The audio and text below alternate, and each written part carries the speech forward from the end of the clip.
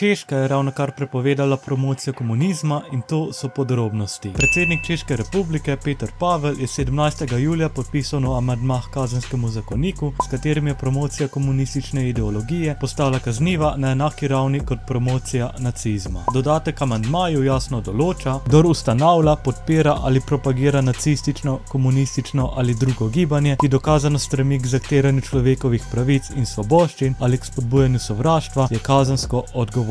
Zaporna kazen znaša od 1 do 5 let za prekrške, kot je na primer slavljanje komunističnih osebnosti, kot je Stalin, v hujših primerih, kot so organizirano širjenje ideologije ali delovanje znotraj javnih institucij, pa se kazen lahko zviša do 10 let. Kazensko odgovorni so lahko posamezniki, politične skupine, društva ali mediji, če delujejo z namenom poveličevanja ali spodbujanja totalitarnega komunističnega režima. Amandma je odgovor na večletne pozive čeških inštitucij, kot so Inštitut za preučevanje totalitarnih režimov, naj se komunizem obravnava enako kot nacizem. Z uveljavitvijo tega dodatka je to zdaj postalo pravna resničnost. Predsednik Peter Pavel je bil sicer član Češko-slovaške komunistične partije od leta 1985 do njenega razpada leta 1989. Vendar je večkrat poudaril, da je bil član zgolj zato, ker brez članstva napredovanje v vojski ni bilo mogoče. Od takrat je večkrat izrazil obžalovanje zaradi svoje nekdanje ignorance glede komunističnega režima in priznal, da je sprva sistemske napake komunizma pripisoval posameznikom in ne celotnemu režimu.